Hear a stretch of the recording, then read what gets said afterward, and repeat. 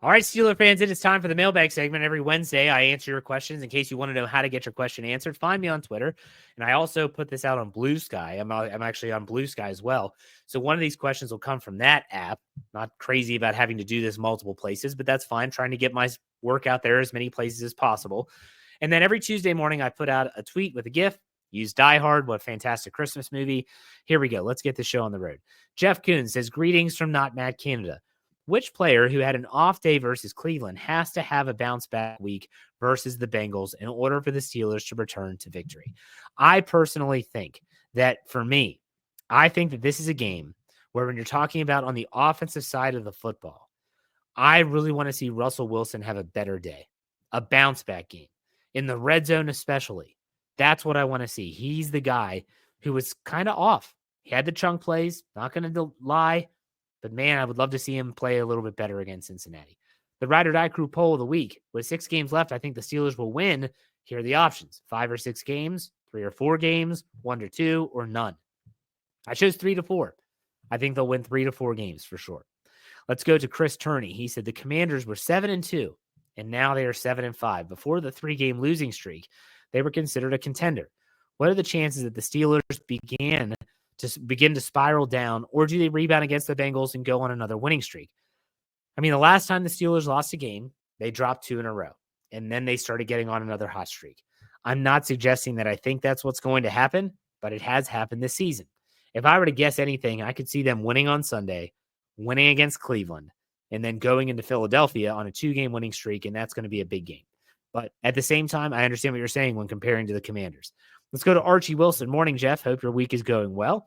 In your opinion, which Steelers are the most important / deserving to get an extension this offseason? All right, so extension talk. That's tough to say at this juncture. But, I mean, there's a part of me that thinks that it would be great to see Najee Harris get a deal. I don't know if they'll be able to afford that. If they can't, Jaylen Warren, getting him a new contract might be a good move for them.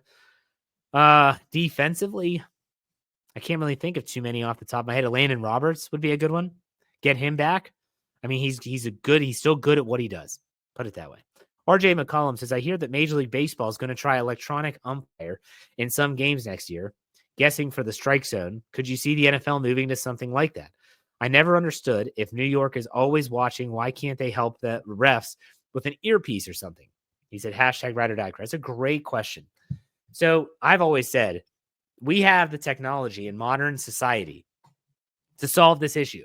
If you watch tennis, it doesn't matter what tournament, Wimbledon, US Open, who cares? If you watch tennis, you will see a situation where a player will challenge the ruling by the judge there sitting in the chair. And they'll say, challenge. And what does the judge do? Points to the screen.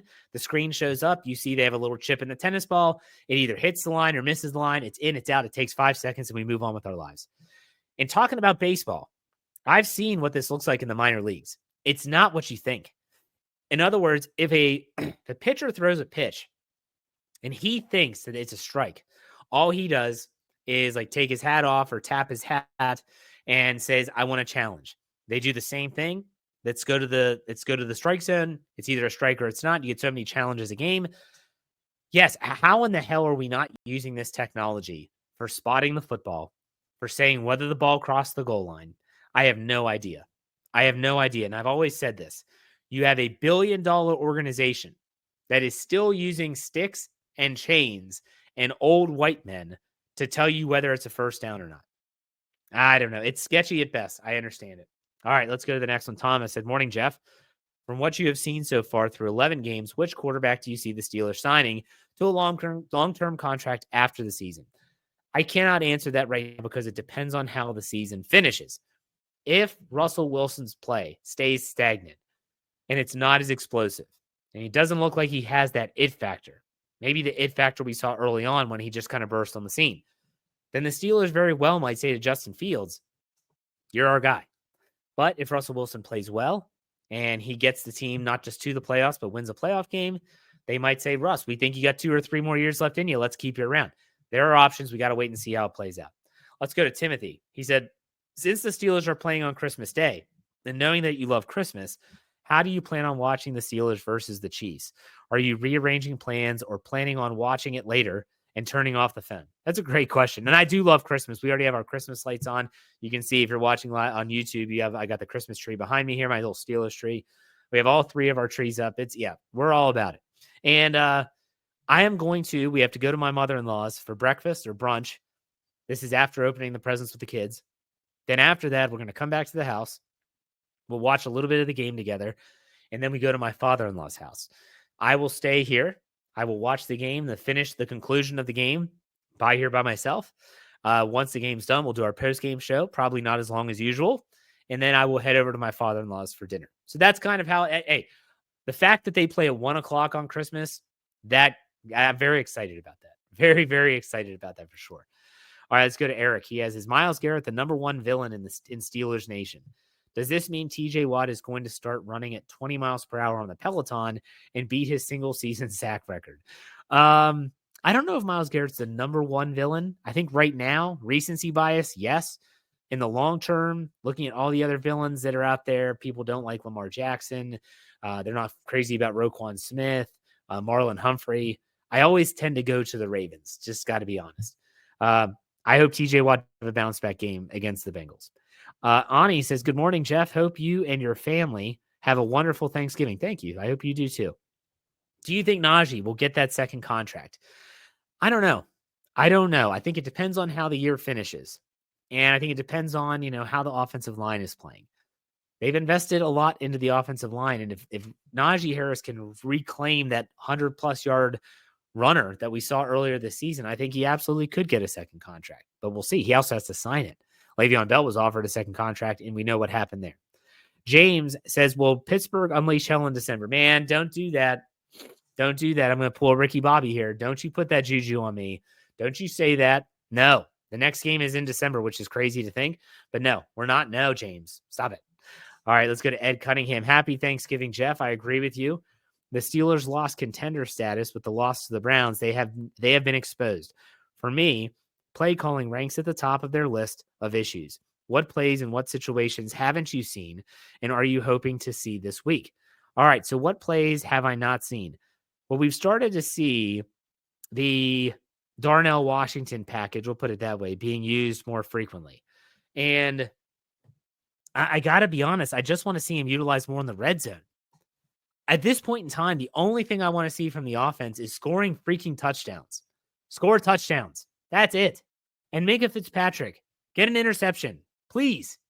Let's put an end to this. That's all I want to see. That's all I want to see.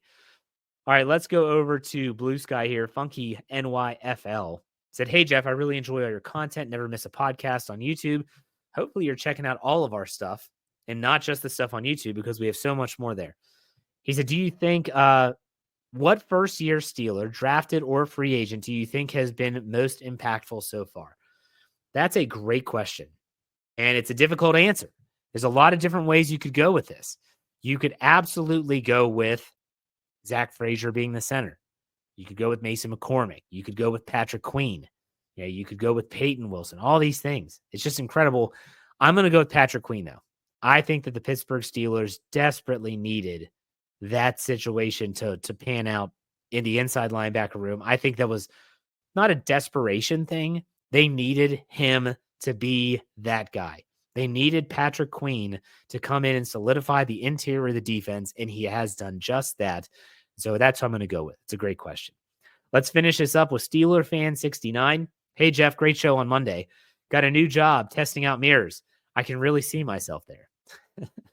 Next, I told my doctor I have a problem with my left ear. He said, are you sure? I said, yeah, I'm definite. Next, I'm addicted to brake fluid, but it's okay. I can stop anytime. All right, so you always add the little dad humor there. Thank you, Steeler Fan 69, and thank you to all the Ride or Die crew that participated in this mailbag segment. I know that this is a very busy traveling day in the United States of America. People are traveling all over the country, going to visit family, going to visit friends. I do want to remind everyone out there that if you're traveling, to be safe, to be smart, and to make sure that you don't do anything stupid. Other than that, I hope everyone has a fantastic Thanksgiving. We will still be here, steelcurtainnetwork.com, Steel Curtain Network on the podcast side. We are not going anywhere. If you like to wake up and listen to Steelers podcast, even on Thanksgiving as you're drinking your coffee, waiting for the family to arrive, we will have you covered right here on Steel Curtain Network. So make sure you stay tuned to that and the website. Again, steelcurtainnetwork.com. But that does it for me. I hope everyone has a great Thanksgiving. I will be back on Friday. All bets are off segment. Behind Enemy Lines. It's going to be a lot of fun. Make sure you join me. In the meantime, you finish these out. Be safe, be kind, and God bless. Have a great rest of your week. We'll see you on Friday. Go Steelers.